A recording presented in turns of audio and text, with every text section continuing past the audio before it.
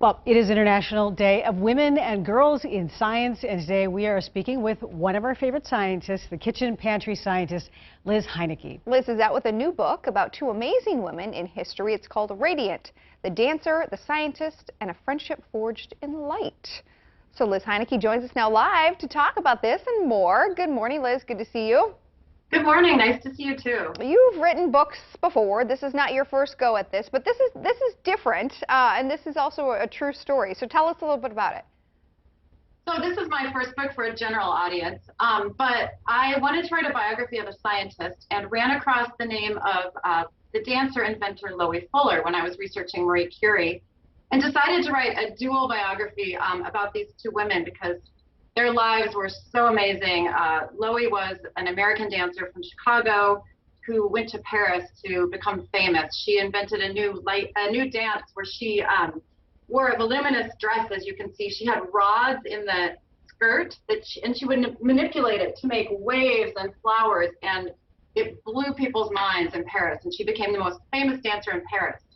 But she loved technology too, and she wanted she had read about Marie Curie's discovery of radium, this super radioactive element that she had heard glows in the dark. So she wrote a letter to Marie asking for some radium to light her dancing costume.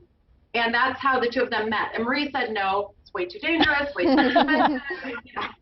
But it's a beautiful story. They were friends after that, on and off, throughout their lives. They would meet, and they, through war and death and success, Marie Curie won 2 Nobel Prizes, but had a very difficult personal life. So it's a story of these two women, and I wrote it as creative nonfiction because I wanted it to read more like a novel. So it's all based on fact, but it really tells their stories in a way that incorporates sort of the beauty and excitement of Belle Epoque Paris, the art, the music, the theater that was going on at the time. Wow, I love this. And we understand, also have a glass that shows off what they discovered. What is this?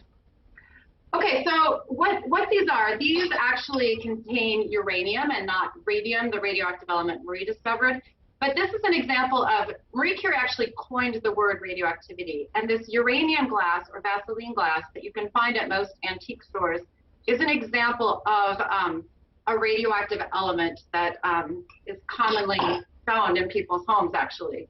Because when they made the glass, they had this molten glass, they added uranium to it to give it these beautiful colors. Vaseline glass is a little more yellow, uranium glass is often green.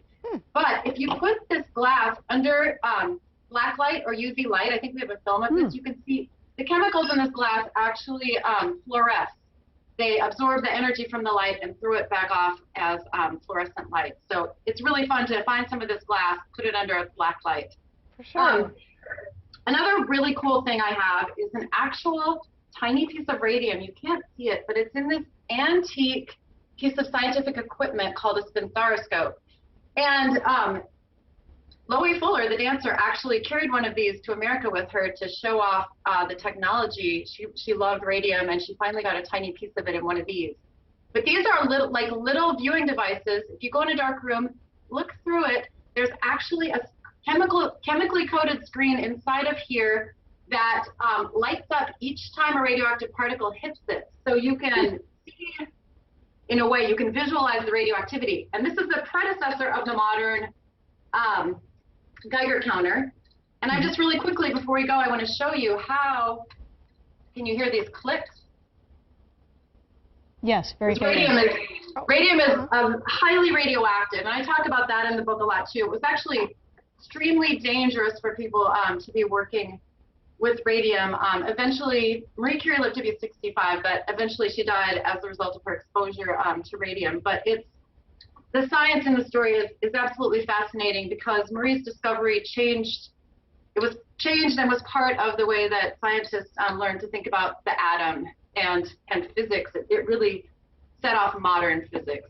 She was a friend of Einstein. I talk about her going hiking with Einstein in the Swiss Alps. I talk about Loie Fuller dancing on top of the Eiffel Tower. So there are just all these beautiful moments in their lives that were a lot of fun to highlight in the book. What a unique story. Yeah, we love it. That's cool. And yeah, it was exciting to see you do that. And we can learn more by reading your book, Liz Heinecke. Thanks for joining us, bringing us that story. Thanks for having me on. It was a lot of fun. Yeah, Radiant, the Dancer, the Scientist, and a Friendship Forged in Light. That is the book. It is available next week. Available online for pre-order, though, right now, and at your local bookstore. What a cool mix. Yeah. You know, you And got she a had the dancer, a props. scientist, and she always has props, so that's cool.